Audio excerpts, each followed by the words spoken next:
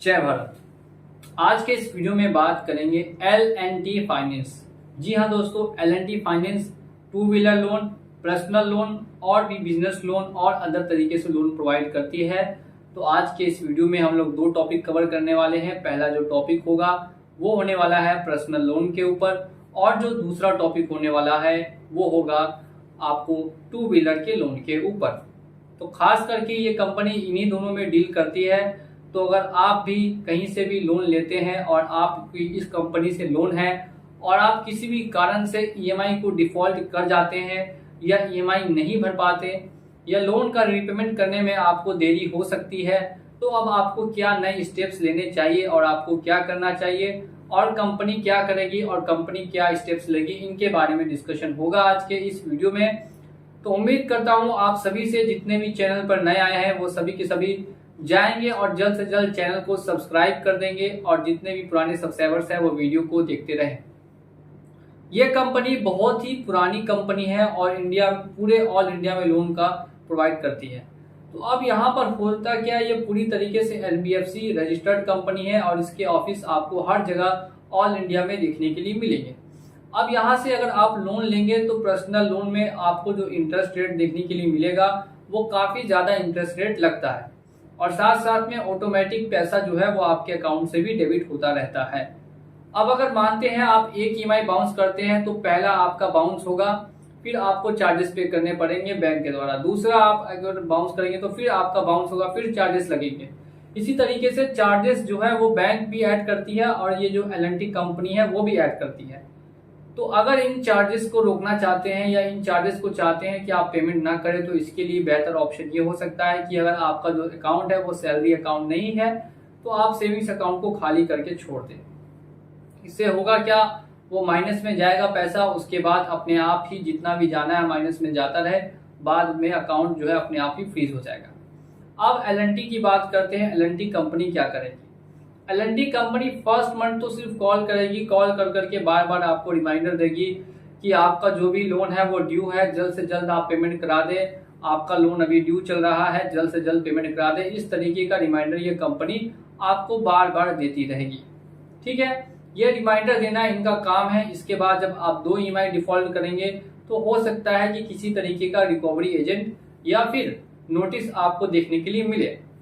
अब यहाँ पे बैंक के जो चार्जेस है, और मैंने बताया कि पेनल्टी चार्जेस वो ऐड होते ही रहेंगे, और साथ साथ में ये जो रिकवरी एजेंट्स हैं ये आपको पहुंचेंगे घर पे। रिकवरी एजेंट्स अगर घर पे पहुंचते हैं, अगर पर्सनल लोन लिया है तो वो इलीगल तरीके से आते हैं बिना आईडी कार्ड के। ना तो उनके पास आईडी कार्ड होता है, ना ही आरबीआई की गाइडलाइंस के द्वारा दिया गया कोई भी नोटिस। तो ऐसे में काफी व्यक्ति समझ नहीं पाते कि इन एजेंट्स के साथ कैसे डील करनी है। तो इसके लिए हमारे चैनल पर आपको कई वीडियोस मिल जाएंगी, आप जाकर चेक भी कर सकते हैं, या फिर उनको डायरेक्टली डिमांड पहले करना है कि आप अपना आईडी कार्ड और नोटिस लेकर आइए, उसके बाद आइएगा। ऐसे में लोन का कोई भी पेमेंट आपके साथ नहीं है, आपके साथ बातचीत नहीं कर सकता। तो आप सीधे सीधे नकार दीजिएगा पहले, जब तक वो लोन का आपका नोटिस नहीं लाते हैं या फिर आपकी आईडी कार्ड वो नहीं लेकर आते हैं, तब तक आप उनसे बातचीत ना करें, तो ये आपके लिए ज्यादा बेहतर होगा। अब दूसरे स्टेप पे आते हैं नोटिस के द्वारा। देखिए, नोटिस यहाँ पे 3 तरीके के आपको देखने के लिए मिलेंगे। सबसे पहला जो नोटिस होगा वो सेक्शन 25 या सेक्शन 138 का नोटिस आपको मिलेगा। दूसरा जो नोटिस होगा वो लोन रिकॉल नोटिस, फिर तीसरा लोन डिमांड नोटिस, आर्बिट्रेशन का नोटिस। इस तरीके के कई नोटिस आपको देखने के लिए मिलते हैं। अब इन नोटिस का आना एक तरीके से, यहाँ पे मैं बता दूं कि सभी के साथ ऐसा होता है कि नोटिस आना ही कंफर्म है। क्यों नोटिस आना कंफर्म है? क्योंकि कंपनी का रूल्स एंड रेगुलेशंस होता है जिसमें कि कंपनी नोटिस जो है वो भेजती है लोन का रिमाइंडर देने के लिए। एक बात मैं जो आपको बताने वाला हूं वो ये है कि जो आपने लोन लिया है वो है पर्सनल लोन। पर्सनल लोन का मतलब ये होता है कि ये किसी तरीके का आपने यहाँ पे कुछ मॉर्गेज नहीं रखा, ये अनसिक्योर्ड लोन है। तो अनसिक्योर्ड लोन में आपकी किसी तरीके की प्रॉपर्टी वगैरह जब्त नहीं होगी। तो मेनली किस चीज पे असर पड़ सकता है लोन का पेमेंट लेट करने में? तो सबसे पहले अगर आप लोन का पेमेंट लेट करने वाले हैं तो आप एक कंपनी को ऑफिशियली मेल कर सकते हैं कि अभी आप पेमेंट नहीं कर पाएंगे, आपको 2 महीने या 3 महीने का समय चाहिए पेमेंट करने के लिए। एक ऐसी रिक्वेस्ट जो है आप कंपनी में भेज सकते हैं। भले ही आप एप्लीकेशन लिख कर भेजें या फिर आप मेल करें ऑनलाइन, दोनों आपके पास सुविधा उपलब्ध है। जैसा आप करना चाहे आप अपने हिसाब से उनको एक जानकारी प्रोवाइड करवा सकते हैं कंपनी को। अब दूसरी बात करते हैं, मान लेते हैं लाख रुपए का पर्सनल लोन था, आप नहीं पेमेंट कर पाएंगे फ्यूचर में, और आप अगर इसको सेटल कराना चाहते हैं तो ये बिल्कुल सेटलमेंट भी होता है, इसका भी प्रोसेस होता है जिसमें आप 6 से 7 महीने डिफॉल्ट करने के बाद लोन को सेटलमेंट भी करवा के हमेशा हमेशा के लिए क्लोज करवा सकते हैं।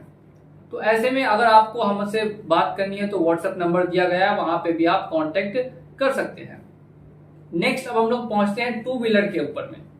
यहाँ पर पर्सनल लोन में सिर्फ और सिर्फ आपका सिविल स्कोर खराब हो सकता है, इसके अलावा कंपनी किसी और तरीके से आपके ऊपर लीगली एक्शन नहीं ले पाएगी। अगर आपका 2 लाख से कम का लोन है, अगर 2 लाख से ज्यादा का लोन है तो फिर आपको लोन सेटल कराना इंपॉर्टेंट होगा, नहीं तो वो कंपनी बार बार आपके घर आकर और साथ साथ में कॉल नोटिस कर करके आपका जीना हराम कर सकती है, आपको परेशान और हैरान कर सकती है।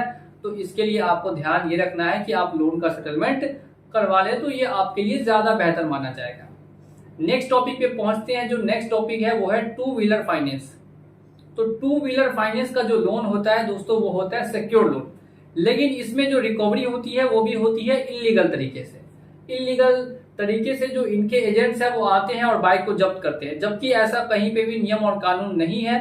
जबकि लीगल तरीका ये है कि कंपनी को कोर्ट में जाना होगा और कोर्ट में जाके उस बाइक का पोजीशन लेना होगा। पोजीशन लेने के बाद फिर वो आपको परेशान कर सकती है कि ठीक है आप अपना बाइक जमा कीजिए, लेकिन यहाँ पे ऐसा कुछ नहीं होता है। यहाँ पे अगर स्कूटी या बाइक आपने कुछ भी फाइनेंस कराई है तो कुछ इलीगल तरीके से जो आपके लोकल गुंडे होंगे, तो एक गुंडों की टीम आती है। तो ऐसे में आपको क्या करना है, हमेशा ध्यान रखना है कि आप एक नंबर याद कर लीजिए 112।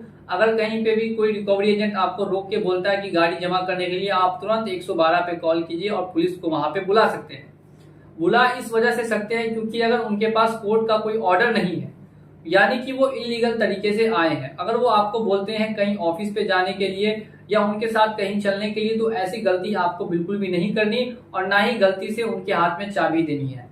अगर ऐसी कंडीशन आपके साथ बनती है तो आप वीडियो को रिकॉर्ड करते रहें, अपने कैमरा को ऑन कर लें और उन सभी का वीडियो रिकॉर्ड करते रहें लाइव। ऐसे में क्या होगा कि कल होके अगर आप उनके ऊपर कोर्ट में केस डालेंगे, 50 लाख का कंपेंसेशन मांगेंगे, तो कंपनी को भरना पड़ेगा। कंपनी इस बिना पे भरेगी कि उन्होंने गुंडों को भेज के आपसे इलीगल तरीके से आपकी जो भी बाइक या स्कूटी थी उसकी रिकवरी करवाई। तो ऐसा कराना बिल्कुल ही क्राइम है और ऐसा बिल्कुल भी नहीं किया जा सकता, लेकिन कंपनियां ज्यादातर यही टैक्टिक्स अपनाती है, कुछ गुंडों को भेज देती है और बाइक को उठवा लेती है। तो ऐसी स्थिति अगर आपके साथ आती है तो आप बिल्कुल ही ध्यान रखिए, एक उनका वीडियो भी रिकॉर्ड करते रहे, साथ साथ में आपको ध्यान रखना है कि 112 पे कॉल कीजिए अगर वो आपसे जबरदस्ती करते हैं या आपको कहीं पर लेके जाते हैं। अगर आप पेमेंट डिफॉल्ट कर रहे हैं बाइक का, तो आप ज्यादा लंबे समय तक डिफॉल्ट नहीं कर सकते, 2-3-4 महीनों में ही आप लोन को क्लोज करने की कोशिश करें। आप ज्यादा से ज्यादा टाइम नहीं ले सकते हैं बाइक वगैरह के केस में, क्योंकि बाइक वगैरह का फिर बाद में चल के पोजीशन आपको नहीं मिलेगा। आपको जब तक एनओसी क्लियर नहीं होगी तब तक आपको बाइक के आप पूरी तरीके से ओनर नहीं बनेंगे। तो ऐसी कंडीशन में आपको ध्यान ये रखना है कि अगर आपका बाइक का या टू व्हीलर का लोन है तो उसको जल्द से जल्द ही क्लोज करवाने की कोशिश करें। इसी के साथ अगर आपको वीडियो पसंद आई हो तो वीडियो को लाइक कर दीजिएगा, साथ ही में अगर चैनल पर नए हैं और चैनल को सब्सक्राइब नहीं किया तो चैनल को सब्सक्राइब कर दीजिए। चलिए चलता हूं मैं आज के इस वीडियो में और मिलूंगा अगले वीडियो में बहुत ही जल्द।